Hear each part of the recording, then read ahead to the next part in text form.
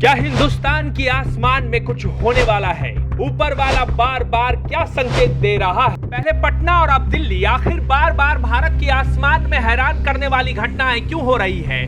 शनिवार को एक बार फिर से आसमान में दर्जनों लोगों की सांसें अटक गई। माजरा क्या है ये समझने के लिए आपको 3 मिनट तक इस वीडियो में बने रहना होगा, क्योंकि जो कहानी हम आपको बताने जा रहे हैं वो बार बार संकेत दे रहा है कि भारत की आसमान में कुछ होने वाला है।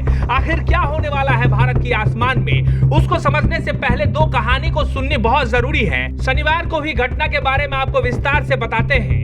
दिल्ली के इंदिरा गांधी एयरपोर्ट से जबलपुर के लिए स्पाइस जेट उड़ान भरने को तैयार थी। विमान के भीतर सभी यात्री अपने सीट पर बैठ चुके थे। विमान के क्रू मेंबर ने अनाउंस किया कि अब विमान उड़ान भरने वाली है और इसके बाद टेक ऑफ हो गया। सुबह 6:15 पर दिल्ली एयरपोर्ट से जैसे ही जबलपुर के लिए स्पाइस जेट की यह विमान उड़ान भरी, हवा में 5000 फीट की ऊंचाई पर पहुंची ही थी कि विमान के भीतर धुआं भरने लगा। यात्री घबरा गए। यात्रियों को कुछ समझ में नहीं आ रहा था।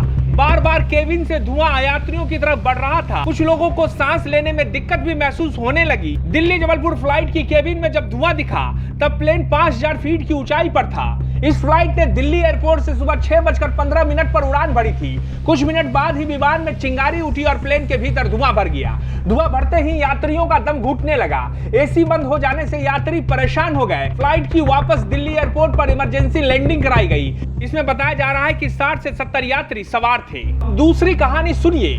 दूसरी कहानी का प्लॉट पटना में है। पटना में 19 जून को भी इस तरह की घटना घट चुकी है। बिहार की राजधानी पटना में बड़ा हादसा होते होते टल गया था जब स्पाइस जेट के एक विमान की एयरपोर्ट पर इमरजेंसी लैंडिंग कराई गई। बताया गया कि फ्लाइट के टेक ऑफ के बाद इंजन में आग की सूचना मिली, जिसके बाद फ्लाइट को वापस एयरपोर्ट पर इमरजेंसी लैंडिंग कराई गई। इस दौरान आसमान में वो विमान मंडराता रहा और जमीन पर खड़े लोग बार बार आसमान की तरफ इशारे करके यात्रियों को सुरक्षित बचाए जाने की भगवान से प्रार्थना करते रहे, क्योंकि उस फ्लाइट में 185 यात्री सवार थे। सवाल ये उठ रहा है कि पिछले कुछ दिनों में लगातार इस तरह की दो घटनाओं से क्या सीख मिल रही है? लगातार इस तरह की दो घटनाएं हमें क्या संकेत दे रही है? क्या आसमान के ऊपर कुछ होने वाला है? क्या इसमें स्पाइस जेट कंपनी के अधिकारियों की लापरवाही है?